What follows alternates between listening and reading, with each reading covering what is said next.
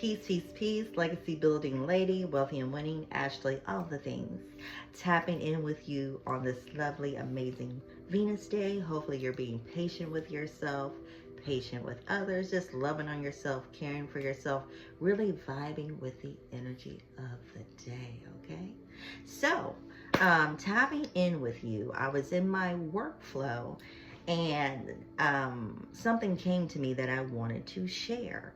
So, many of us have heard of intuition, right? We've heard of it, okay? And so sometimes it seems like it's this really mystical, and it's that too, but it's very simple to me as well. So take this example, right? So let's say you're sending your friend, your loved one, your business associate, someone a text message. What it is, you see the words, right? If you've mastered the English language at a level, spelling, knowing how to put words into sentences, you can piece together what they're saying to you, right? However, there's that second layer that's getting a feel for what they're saying and where they're coming from. So I feel that it usually is a bit more, how do I want to say, easier to vibe with. Of course, if you have a more intimate relationship with your person of interest or partner or loved one, because there's that familiarity with each other. So it's kind of like you've made an imprint.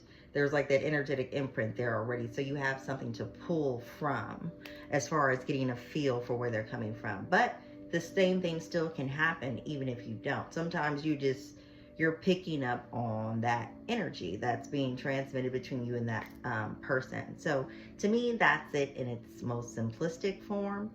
And in addition to that, I was just realizing in a situation I have with a text message, I wanted to shout out my higher self or my more elevated version of myself, because what I found, if you hear your intuition and you don't really tap into it, or you haven't listened to it enough times to trust and know that it is totally directing you perfectly, like you won't miss your exit when you listen to it, you'll listen to the ego.